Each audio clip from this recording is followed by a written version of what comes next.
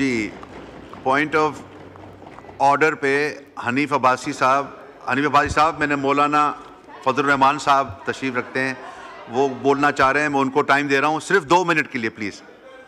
आप उस दिन भी आपने ये इसके बाद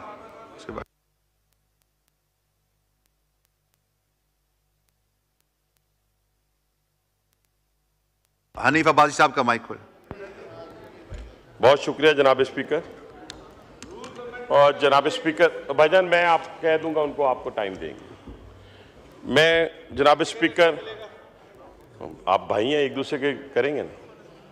जनाब स्पीकर, मैं गुजारिश ये करना चाहता हूं कि हम बड़े नाजुक दौर से गुजर रहे हैं, लेकिन मेरे बहुत ही सीनियर दोस्त हैं, सीनियर शायद मेरे से नहीं है पार्लिमानी सियासत में, लेकिन स्पीकर रहे हैं।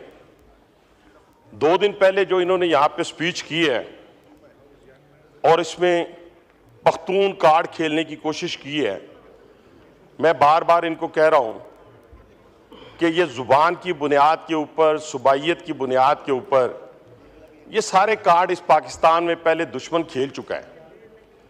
किसी ने फिरका वारियत की बुनियाद के ऊपर, किसी ने जुबान की बुनियाद के ऊपर और किसी ने सूबों की बुनियाद के ऊपर।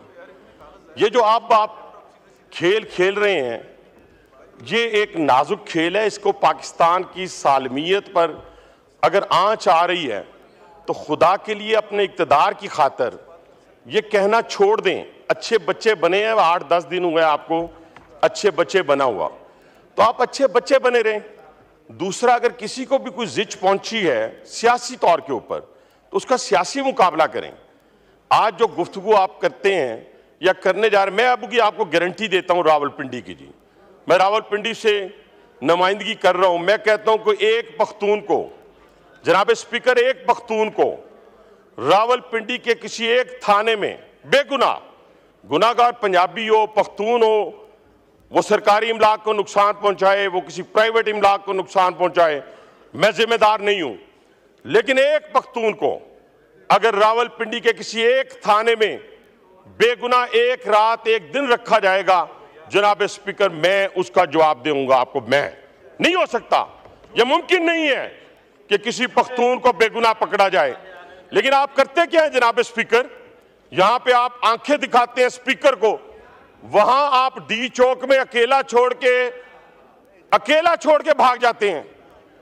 आप डी चौक के अंदर कारकुनान को छोड़ के भाग गए, आप वालदा मोहतरमा को छोड़ के भाग गए।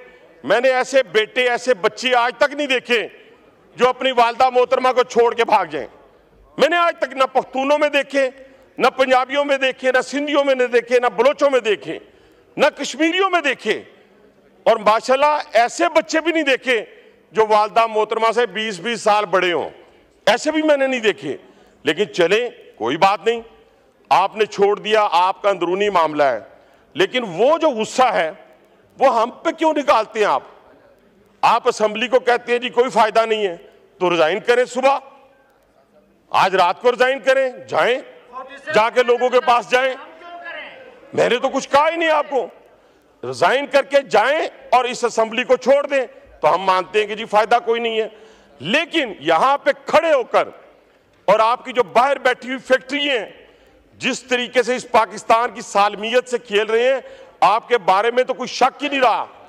बीएलए भी वही नुकसान पहुंचा रही है पाकिस्तान को, ख्वारिज भी वही नुकसान पहुंचा रहे हैं पाकिस्तान को, और पीटीआई भी वही नुकसान पहुंचा रही है पाकिस्तान को। उसकी बुनियादी वजह जनाब स्पीकर, उसकी बुनियादी वजह क्या है मैं बताता हूं। इन बच्चों को तो पता ही कुछ नहीं है खेल कहां से खेला जा रहा है, इनको नहीं मालूम। ये तो कठपुतली हैं, इनको क्या मालूम कि बानी पीटीआई जो है, इनको क्या मालूम जनाब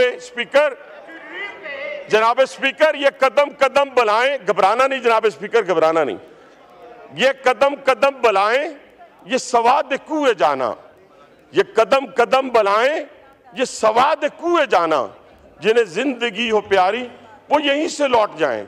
वहां से भागते हुए आते हैं आप, शुक्रिया, और कहते नहीं शुक्रिया सर, अभी कहां से शुक्रिया, अभी तो 2 मिनट और आपके। स्पीकर साहब देखे ना, आज सुने आपके, 1 मिनट चेयर से भी सुन लेना, चेयर की भी बात सुन लें। हनीफ अब्बासी साहब, आप चेयर की भी बात सुन लेना आप चेयर की बात सुन लें, एक मिनट। आप चेयर की बात सुनेंगे तो फिर आगे चलेंगे ना।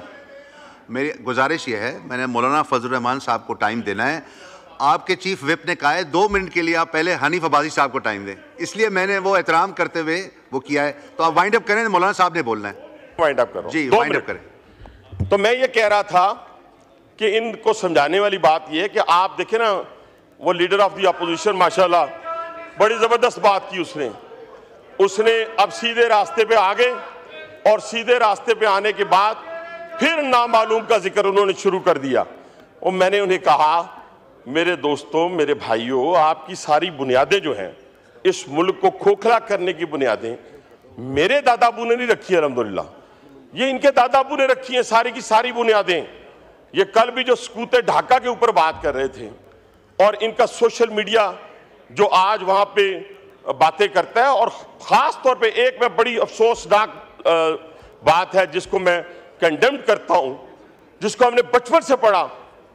हमने शहीद राशिद मिनाज को पढ़ा कि वो कैसे शहीद हुए। आज पूरी पीटीआई उनकी शहादत के ऊपर सवालिया निशान लगा रही।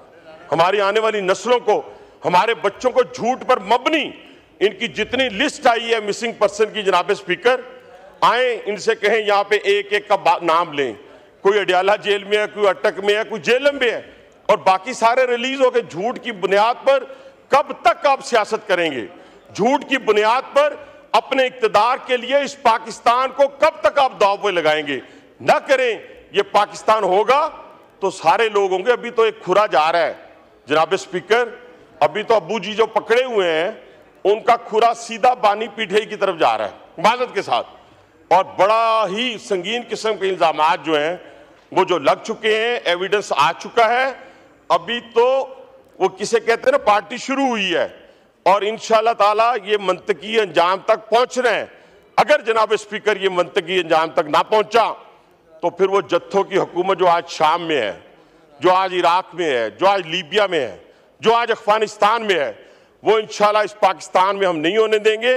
और ये भी ये तसव्वुर कर लें, रोज ये कहते हैं जी बांग्लादेश बनाने जा रहे हैं, शाम बनाने जा रहे हैं।